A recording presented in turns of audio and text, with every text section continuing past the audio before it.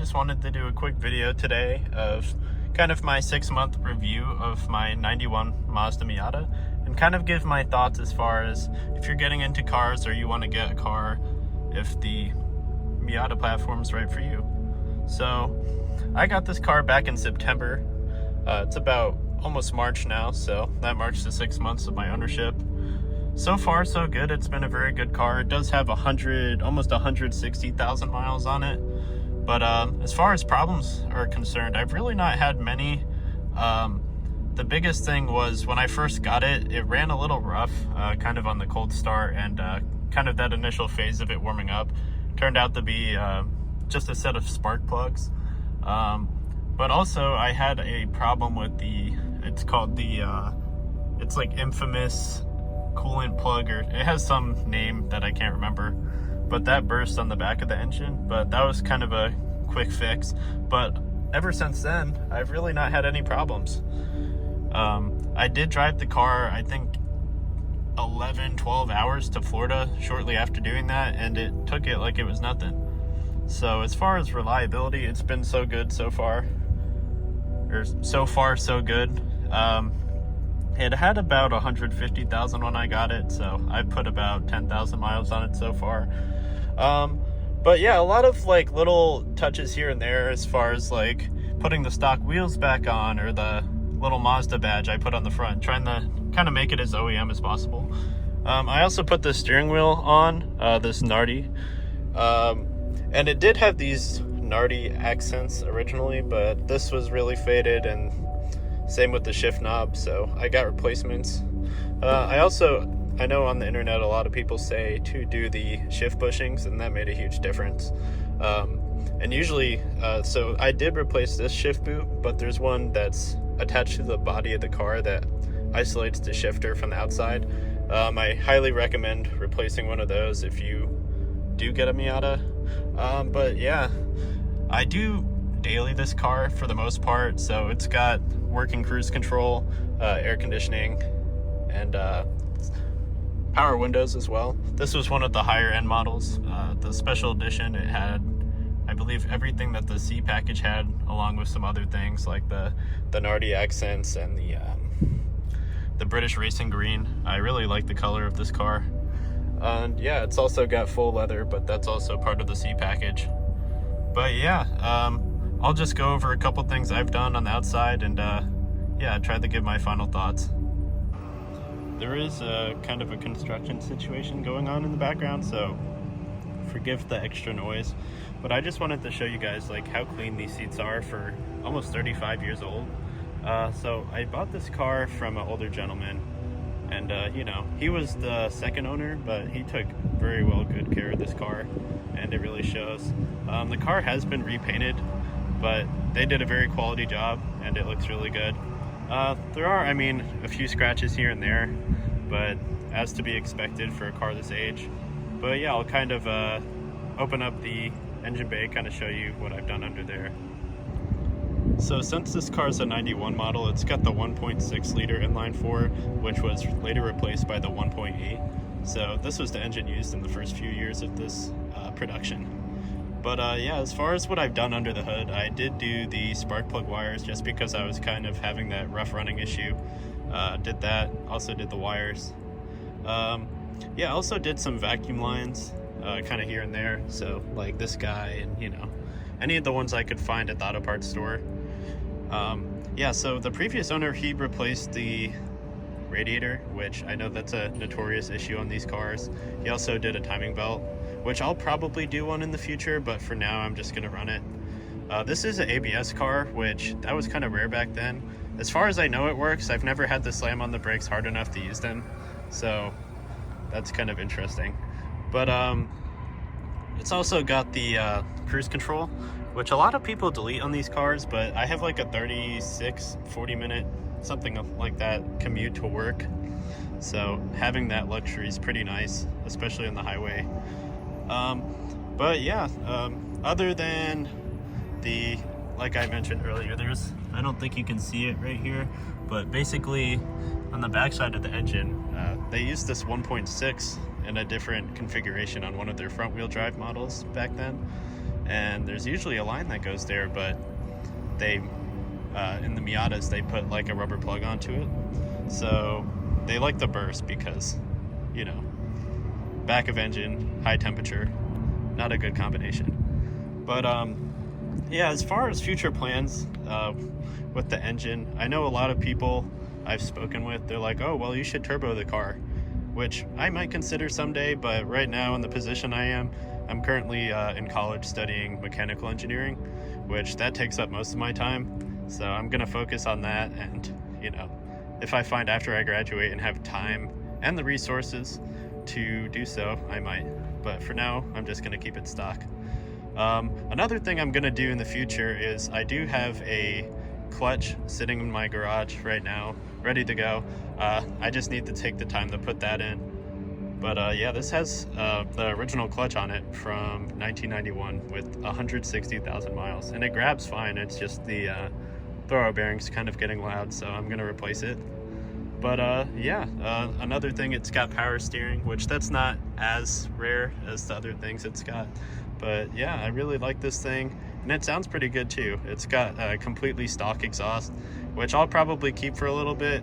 Maybe in the future I'll throw maybe like a Yanaka catback or something similar. Another thing I forgot to mention was, so I mean, if you've seen my previous videos, you probably know this, but it was missing like the little like air guide that sits behind the grill, along with the kind of splash shield underneath. So I made sure to put those in because I was kind of going for, you know, kind of as clean as possible with everything I could. Used to have like, I don't know what the previous owner did, but he had like some sort of like aftermarket spring in the front, so it sat super low, which if you look up here, I don't know if you can see, the fender liner got scraped in a few places. But yeah, it was pretty strange. So Facebook Marketplace, I found some front struts that had relatively low miles, so I threw those in, and yeah, it rides a lot better now. Yeah, just one of those little extra random things I did is, a lot of people remove like this little spoiler thing on the windshield wiper, but I found one on Facebook and got it redone and slapped it on there. Yeah, so some of the stuff I did on the inside, I did put this Nardi steering wheel in. It originally had a stock wheel that was leather wrapped. It was pretty nice, but not my style. I didn't really like it. It looked pretty bulky in here. And this is a 360 mil, which I know is pretty large for this, but I like how it looks, so that's all that matters. This thing has the original floor mats too. I forgot to mention that earlier, which is really cool. Also replaced this just because they're super brittle, and when I removed the airbag light in the instrument cluster, it shattered to pieces as far as like where it mounts. So got a new one from, I think, Treasure Coast Miata. But yeah, it also had a aftermarket radio, kind of like this one, but it was an older style, so it didn't have Bluetooth or anything, so it was kind of annoying having to connect my phone every time. Along with the seat speakers, which this car has seat speakers, they didn't work either. The previous owner put like some speakers behind the seat, which I don't know why he did that, so I made sure to get those wired back up, and yeah, it sounds pretty okay considering the age of the car. This car also has power windows, which is pretty cool. I know some people prefer the roll down, but I do like that they're electric. However, they are pretty slow, so maybe in a future video or off camera, I'll get that fixed. So in the back, it's pretty original back here. It's got the spare tire along with underneath the carpet. It's got like the tools and jack and everything. Yeah, there also used to be like a security system on this car. I went ahead and took that out. Just a bunch of random wiring that wasn't needed, because I don't think like the module for it was even in here, or it was like removed or something like that. I know the finish panel on the back a lot of the times cracks, which I think that's not supposed to be there, that crack. But it is centric, I don't know, but this one's in pretty good shape. Another thing, this is like a aftermarket spoiler, which I don't know if I would have done, but I don't think it looks bad or anything. It does have like this LED strip on the back for the third brake light, and I'll throw in a picture now where it wasn't all lit up, so I went and like disconnected it just because I didn't think it looked super clean like that. Another thing I did is I put this giant antenna on because it's OEM and I thought it was cool. Yeah, I don't know, but I like it. As I said, I got these wheels redone, so I know you can probably get them powder coated or whatever, but I actually did these myself.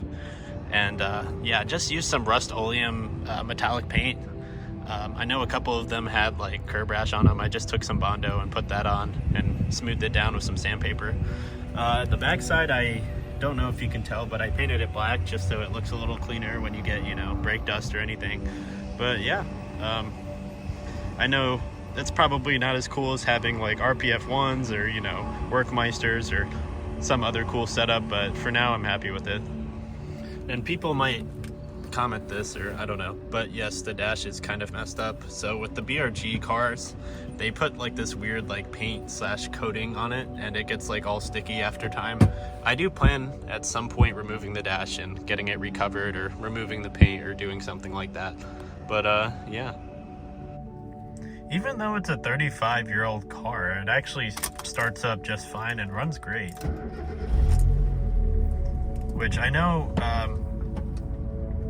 if it sits for too long, it'll start ticking in the lifters, but once it builds oil pressure, it sounds fine.